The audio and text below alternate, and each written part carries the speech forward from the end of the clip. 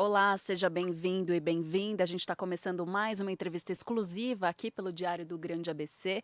E hoje a gente tem a honra de receber o ministro da Saúde, Alexandre Padilha. Ele que vai estampar nessa entrevista as páginas do Diário do Grande ABC, mas você também acompanha a entrevista aqui pelo nosso canal no YouTube. Ministro, muito obrigado pela sua disponibilidade de conversar com a gente.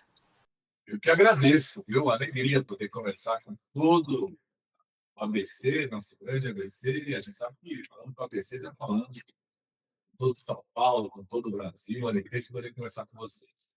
Tá certo. A gente vai começar então falando sobre as decisões políticas, né? O senhor, ao contrário de outros ministros do governo, decidiu não concorrer às eleições e permanecer com o trabalho no ministério. A que se deve essa decisão e por que que o senhor considerou que seria o melhor caminho? Ó, Marcelo, muita gente pergunta isso para mim, porque eu sou deputado federal, eleito em São Paulo, tive muitos votos aí na região do ABC, tem muita gente que nos apoia na campanha, muita gente perguntava tudo, né? Então, eu acho até normal as pessoas perguntarem sobre isso. Essa decisão foi tomada pelo presidente Lula. Quando o presidente Lula me convidou para voltar a ser ministro da Saúde, em março do ano passado, me perguntou se eu tinha disposição de poder ficar até o final do governo, que eu ia assumir o ministério durante um ano, né? Se fosse para ser candidato, eu ia ficar um ano no ministério, e ele está fazendo muita coisa. E eu disse para ele, presidente, nada me honra mais do que ajudar o senhor a ressignificar nosso sistema de saúde, que viveu um verdadeiro apagão nas práticas feitas pelo governo anterior, e pisou na área da saúde, fechar a porta com a saúde, esconder o Zé Gotinha, fez campanha contra a vacina no nosso país. Então, eu estou muito honrado e feliz com a desenvolvimento de nosso secretário, para exatamente ajudar o presidente Lula nesse um ano, completando um ano de gestão do Ministério da Saúde.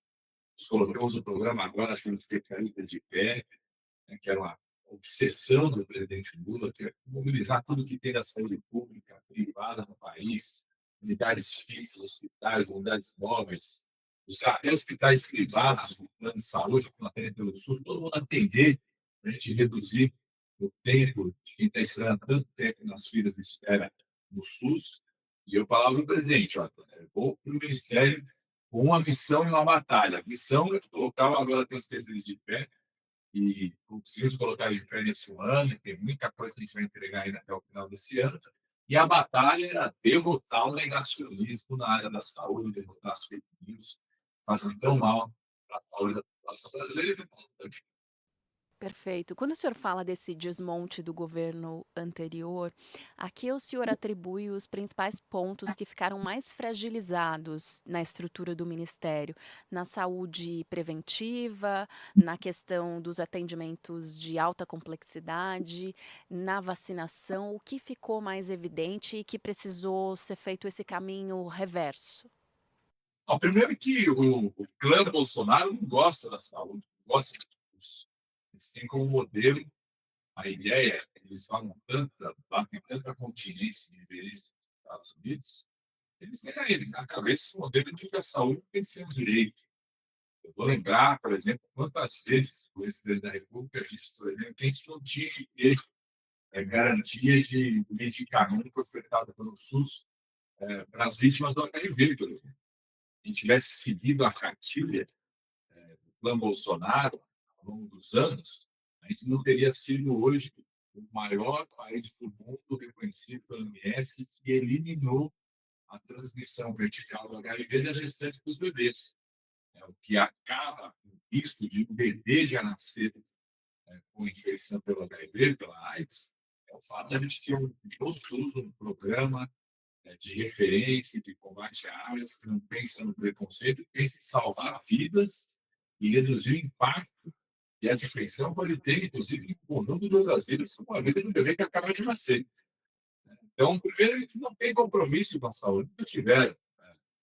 Nós estamos, por exemplo, fazendo um verdadeiro resgate, a ressuscitação dos hospitais federais do Rio de Janeiro, os hospitais do Ministério da Saúde, ficaram na mão, inclusive das indicações que indicavam tudo.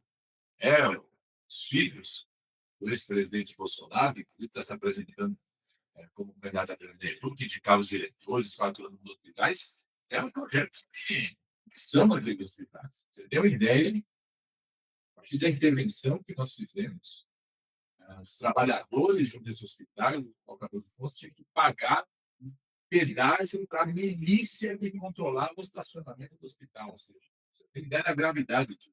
Por um lado, eles nunca tiveram compromisso com a saúde. E segundo, eles entraram nessa onda do negacionismo. De fazer campanha contra a vacina, fazer chacota. Então, por exemplo, eles desmontaram o Programa Nacional de Vacinação. Quando o presidente Lula assumiu, no governo de 23, a gente tinha as vacinas infantis com menos de 80% de cobertura vacinal. A gente voltou a ter acima de 90%, estamos melhorando, né? Queremos crescer cada vez mais.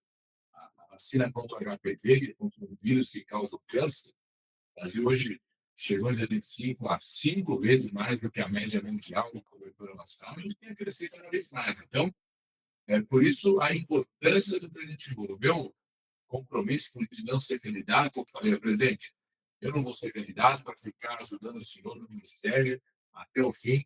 A única eleição que eu vou disputar é de não permitir que pessoas que são negacionistas fizeram chacota contra as pessoas que sofreram durante a pandemia da Covid-19, que atrasaram a resposta brasileira queiram voltar a governar o país e o Ministério da Saúde. Agora, ministro, em relação às prioridades que precisaram ser tomadas nesse período e os avanços que já foram reconquistados, né, por essa sua atuação no ministério do governo Lula, eh, quais dessas áreas são as prioritárias? O que o senhor considera que o ministério já conseguiu avançar? Você citou, por exemplo, a vacinação infantil. E eu vou emendar outra pergunta já falando sobre a vacinação da gripe, que começou, nesse ano um pouquinho mais cedo. A que se deve também essa medida para favorecer e facilitar que as pessoas tenham aí esse tempo de vacinação antes da chegada do período em que a gente está habituado, né, que a gripe acaba se expandindo mais? A nossa grande primeira prioridade é atender as pessoas que estão esperando há tanto tempo nas filas. A gente faz qualquer pesquisa de opinião. Hoje, essa é a principal reclamação da população: quanto demora para fazer uma cirurgia, quanto demora para fazer um exame, quanto demora para fazer uma consulta especializada. Isso ficou mais grave por conta da pandemia, por conta da atitude responsável do então presidente da República e do governo que governava o país antes da pandemia. Por quê? Porque como retardaram a vacina, retardaram o enfrentamento à pandemia, ficou mais tempo as pessoas sendo infectadas, então mais tempo os hospitais sem poder atender outras doenças, e com isso fez um certo represamento de cirurgias eletivas, que aquelas podem ser marcadas, programadas para cirurgia de urgência, presidente das consultas especializadas no exame. Essa é a nossa prioridade absoluta. Para isso, lançamos agora tem especialista. Mas a maior mobilização, saúde pública e privada, mais especialistas. A gente mudou a tabela do SUS, criando a antiga tabela SUS, criando a tabela do laboratório de especialistas. Isso faz com que a gente passe um valor maior para contratar uma cirurgia, um exame. Garantimos, com isso, o recorde de cirurgias eletivas pelo SUS no Brasil, realizado em 2025, foi 14 milhões e 900 mil cirurgias eletivas. Isso é 42% a mais do que foi realizado em 2022, que é o último ano do governo anterior, para vocês terem ideia do crescimento. Isso gerou o recorde de exames realizados, exames especializados pelo SUS, mais de 3 bilhões de exames realizados. E a gente vai crescer cada vez mais em relação a isso. Estamos ampliando os centros de tratamento de câncer em todo o Brasil, os centros de radioterapia. Só no estado de São Paulo são mais de 20 novos equipamentos de radioterapia para serem centros de radioterapia do estado de São Paulo, novos para atender várias pessoas que precisam da radioterapia do câncer, que é um canal importante. Criamos um super centro no Brasil de diagnóstico do câncer. Uma das dificuldades que as pessoas tinham, fazia biópsia, aí depois de fazer a biópsia demorava meses para ter o resultado do laudo da biópsia do tratamento. Isso representa o Brasil, para concentrar ali no Hospital Camargo, a gente faz diagnóstico à distância. Regiões que demoraram 6 meses para ter essa biópsia, voltou para 15 dias o resultado da biópsia. Então, a gente garantir que o tratamento comece mais rápido, se as pessoas têm mais chances de ter uma qualidade de vida, sobreviver a doença como câncer. Colocar umas carretas, são unidades móveis. Ele vai na região do ABC, que tem uma fila muito grande de tomografia e ultrassom, em vários municípios do ABC, a gente colocou ali na cidade de Mauá, durante 30 dias, resolveu a fila de tomografia, resolveu a fila de ultrassom que tinha ali na região, com ter novas carretas, para cirurgias da visão, cirurgia de catarata, exames da visão, para a saúde da mulher, que é a prioridade absoluta do presidente Lula, cuidar da integração da mulher. Então, essa é a grande prioridade nossa, eu digo que é a nossa grande missão. Além disso, a gente tem uma batalha, que é derrotar o negacionismo, enfrentar o negacionismo. Uma das coisas mais simbólicas disso é a vacinação, como você estava falando. Vou falar também, por exemplo, da população indígena, que interrompeu um genocídio que estava acontecendo no governo. Agora, divulgar os dados essa semana, reduziu em 80% os óbitos de malária por via urbana, comparado com 2005, com o comecinho de 2023, o começo do governo do presidente Lula, a gente pegava a herança do governo anterior, reduziu em 75% a letalidade da morte por doença respiratória, mais de 50% das mortes por desnutrição na território, né? Então, enfrentando o verdadeiro negacionismo que existiu. Eu quero aproveitar esse espaço que você falou para chamar a atenção de duas vacinas muito importantes que estão, nesse momento, em grandes campanhas de vacinação. A primeira vacina da gripe. A gente começou a vacina da gripe mais cedo esse ano, exatamente para quando o inverno chegar, todo mundo que tem que estar vacinado já está vacinado. Isso é importante porque teve, no hemisfério norte, o inverno acontece em dezembro, janeiro, fevereiro, na Europa, nos Estados Unidos, teve a circulação de uma das cepas do vírus da gripe, que causou muitas internações, muitos óbitos. A antecipação dessa vacina ajuda a gente estar mais protegido contra essa cepa. A vacina que nós temos aqui, hoje 100% brasileira, do Instituto Butantan, sendo do Ministério da Saúde, protege contra todos os tipos de vírus que mais circularam no mundo, que diversos hemisfério norte. A gente vacinar, chamando a atenção das pessoas, idosos, gestantes, crianças até 6 anos, pessoas que têm doenças crônicas do pulmão, do coração, doenças crônicas graves, muito importante se vacinar o mais rápido possível, garantir a vacina em todos os serviços de saúde. Além disso, a outra vacina importante é a vacina da bronquiolite, o vírus essencial respiratório. Essa vacina que toma é a gestante. Então, toda gestante, da 28ª semana de gravidez, tem que tomar essa vacina. Essa vacina protege o bebê que vai nascer para que ele não tenha a complicação da bronquiolite, que é a principal causa de morte respiratória até 1 ano de idade, até 2 anos de idade. Nós chegamos a 750 mil gestantes que se vacinaram. Uma vacina que custava na clínica privada entre R$ 1.500 a R$ 2.000, agora está no SUS. De graça, com direito no SUS, conseguiu garantir vacina ao todo para 1.800.000 mulheres.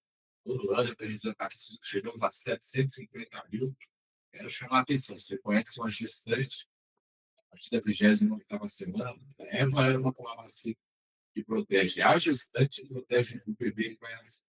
E a gente tem gestante aqui, inclusive, no diário. Muito importante a sua intervenção em relação a isso, ministro.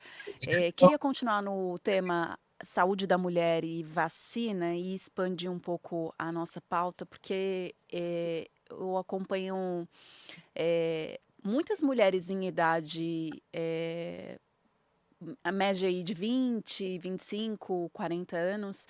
A gente sabe que a vacina do HPV tem sido muito importante para as primeiras etapas, né, da adolescência, enfim, como uma forma de prevenção, mas muitas mulheres em idade adulta falam sobre a ausência da vacinação do HPV no SUS, né, ela está disponível na rede privada. Já há planejamento para que a gente consiga, em algum momento, expandir a vacinação do HPV para o público adulto, assim como já existe na rede privada, porque a dose acaba ficando muito cara, né. E então, nas redes sociais, a gente vê, o público falando: "Mas por que não tem? Por que não, ministro? E se há um planejamento nesse sentido?"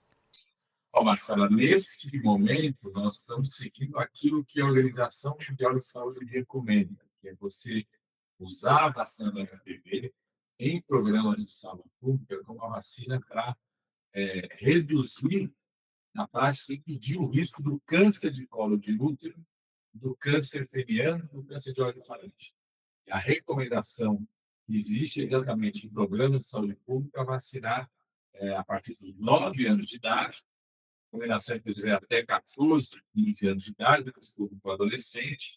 É muito importante se vacinar nesse momento, porque se previne muito antes de ter suas primeiras relações sexuais, que já era mais para frente.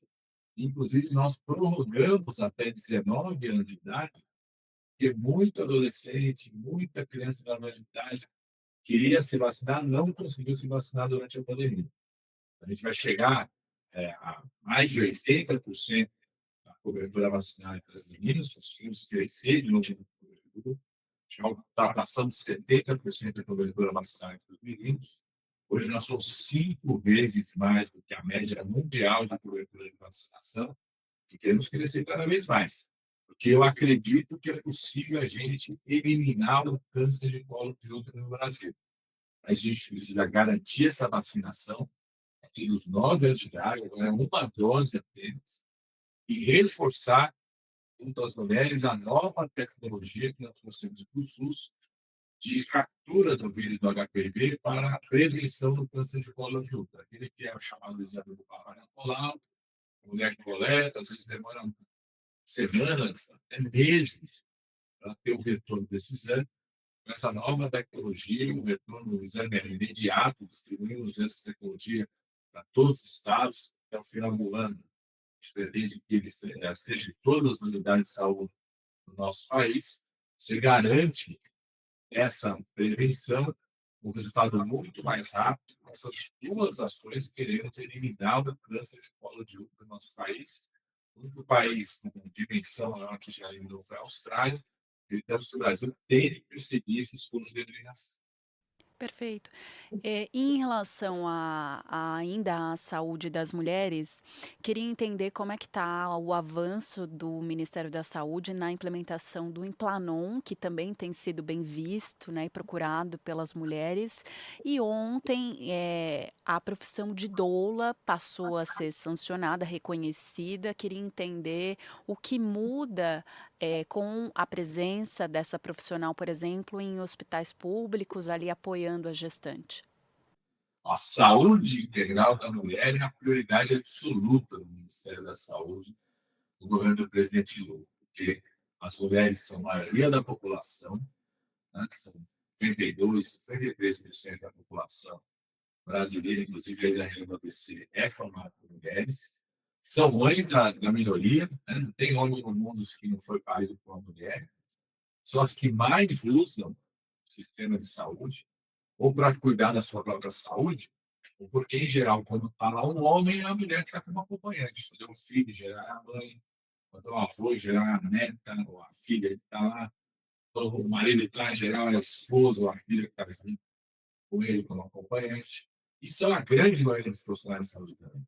Os profissionais de saúde como um todo, mais de 80% são mulheres, até a profissão médica, que é a última que tinha a maioria dos homens, desde 2005, também já tem mais mulheres. Então, é prioridade absoluta, desde do controle do câncer de mama, de garantir que as mulheres têm de mais poder no tratamento de medicamento do câncer de mama, a gente tem ampliar na faixa etária das mamografias, todo o esforço do combate ao câncer do colo de útero, tema do climatério, que é um tema cada vez mais importante no SUS, e a questão do implanão. O que é o implanão?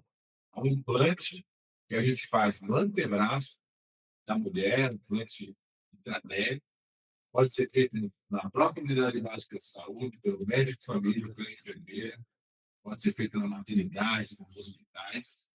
Nós colocamos essa medicação no SUS, compramos mais de 1.800.000, distribuímos para todos os estados, treinamos já as equipes, estamos estimulando para colocar nas unidades básicas de saúde, ele já está conseguindo isso, mas tem que expandir mais, né? Dar garantia da medicação, feito treinamentos profissionais, os estados, os municípios passarem a usar cada vez mais o plano nas unidades básicas de saúde, e tem certeza que vai criar um grande impacto, por exemplo, na prevenção da gravidez da adolescência. A cidade do Rio de Janeiro é uma das cidades que a gente acompanhou, que rapidamente se expandiu, acesso ao Planon, colocou nas suas postos de saúde, nas unidades da saúde, as clínicas que chegam lá. Para você ter ideia, que tinha 17.000 novos casos de gravidez da adolescência por ano na cidade do Rio de Janeiro, espero para 5.000, uma queda maior do que 3 vezes a gravidez da adolescência por um método que é um método que é um método a mais para mulheres escolher, mas um método muito positivo. Você faz o implante lá durante 3 anos, tem a prevenção da gravidez, é muito melhor para adolescente, jovem, que vai ter dificuldade de tomar a medicação todo dia, que não pode usar o DIU, mesmo para outras facilidades, tem muito dificuldade de acessar outros métodos, e tem que estar aí, como direito do SUS. É um medicamento, né, um medicamento que na clínica privada custava de 3.000 a 5.000 reais. Agora tá no SUS, como direito de graça, e ele já é o maior programa mundial. A gente fez a maior programa, é o maior compra mundial em setor público.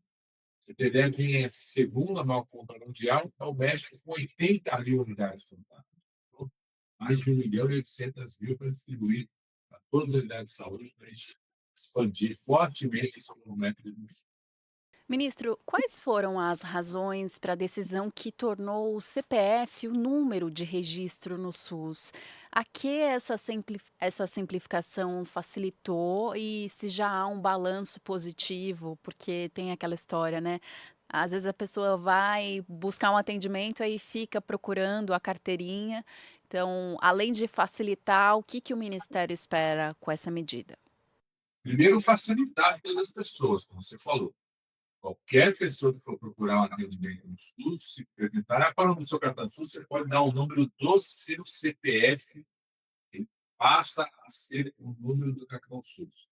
Nós, inclusive, pegamos já, tem muita gente que há mais de um número do cartão SUS, por conta disso, às vezes foi lá, foi atender, fala seu cartão SUS, o pessoal emitiu o número do cartão SUS. Então, tem gente que tinha 3, 4, 5 cartões SUS, a gente unificou tudo no CPF dessa pessoa, fizemos já a higienização desse banco. Hoje, o CPF é o número para o registro dos atendimentos futuros. Os principais sistemas de informação que a gente usa, tem sistema de informação para a internação hospitalar, para a vacina, para a unidade básica de saúde, para o farmácia popular, todos os sistemas, os maiores deles, a gente já migrou, colocando o CPF como número de registro, como parte desse sistema de informação. Então, primeiro, facilita a vida das pessoas. Segundo, traz um instrumento muito importante de gestão. E com o CPF, você consegue ter maior controle também dos gastos da área da saúde. Você consegue cruzar o dado do CPF com outros dados que aquela pessoa tem. Você consegue acompanhar melhor o que acontece. Às vezes, criava-se mais de um cartão SUS para a pessoa como referente produto de fraude, né? Então, com o CPF, é um número que você consegue acompanhar tratamentos caros. Você tem tratamentos do SUS, por exemplo, que custam 6 milhões de reais uma dose. Uma doença rara, 6 milhões de reais em uma dose. Né? Nossa, fazendo Planon é uma medicação que para fazer 3.000 a 5.000 reais. Isso é grande de graça. Então, você tem, é importante ter um controle sobre isso. O CPF ajuda muito no controle. E terceiro, você consegue cruzar com outros dados de cadastros públicos. Então, o CPF você cruza, por exemplo, com o dado do Bolsa Família. Você consegue acompanhar melhor como que alguns serviços de saúde estão chegando nessa situação mais vulnerável. Você consegue cruzar com dados, por exemplo, do INSS, cruzar com dados bancários, com dados da Receita. Né? Isso permite, inclusive, que você possa fazer estudos de interpretação melhor do que acontece com as situações de saúde, quando As universidades podem pegar esses dados do número do cartão SUS, usar o dado do cadastro único, o dado do INSS, o dado da Receita, e conseguir entender melhor o impacto das políticas da saúde, outros problemas na vida das pessoas. Então, é uma grande revolução que faz parte de uma verdadeira revolução digital que nós já iniciamos na saúde do país. Ela passa pelo CPF como número único, passa pela criação da Rede Nacional de Dados de Saúde, é uma plataforma que junta hoje todos os dados que são produzidos pelo setor público e pelos planos de saúde. Já tem mais de 4 bilhões de registros de dados clínicos da população brasileira nessa rede nacional de dados de saúde. Essa versão digital passa pelo prontuário eletrônico. Hoje, mais de 80% das equipes de saúde da família do país usam o prontuário eletrônico que o Ministério da Saúde desenvolveu. Isso é melhor controle, melhor acompanhamento, o profissional tem ali acesso aos dados, às informações, ele pode emitir uma receita pelo prontuário eletrônico, ele pode emitir uma autorização para pegar um remédio na farmácia popular pelo prontuário eletrônico, emite hoje uma autorização para jovem poder pegar um absorvente pela atividade menstrual na farmácia popular. Então, é um avanço importante que passa por estarmos trazendo para o Brasil a tecnologia dos hospitais inteligentes. São hospitais ultra conectados, que usam inteligência artificial, conexão de todos os equipamentos, monitoramento dos pacientes, de forma muito conectada, usando inteligência artificial. A gente conhece experiência na China, na Índia, na Coreia do Sul, estamos trazendo aqui para o Brasil, construindo uma rede de serviços de hospitais inteligentes em todo o país. Muito interessante. Por falar em revolução digital, o presidente Lula, quando esteve aqui no ABC há poucas semanas atrás, deve voltar, nos próximos dias também para Santo André. Ele falava sobre o quanto é necessário o partido, enfim, os ministros, os deputados da legenda avançarem nas redes sociais.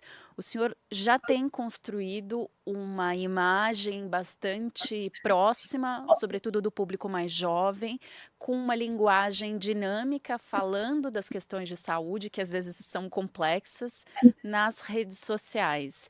A que isso ajuda a expandir campanhas de conscientização de saúde e também pensando em atingir muitas vezes quem está ali rolando feed no Instagram, no TikTok.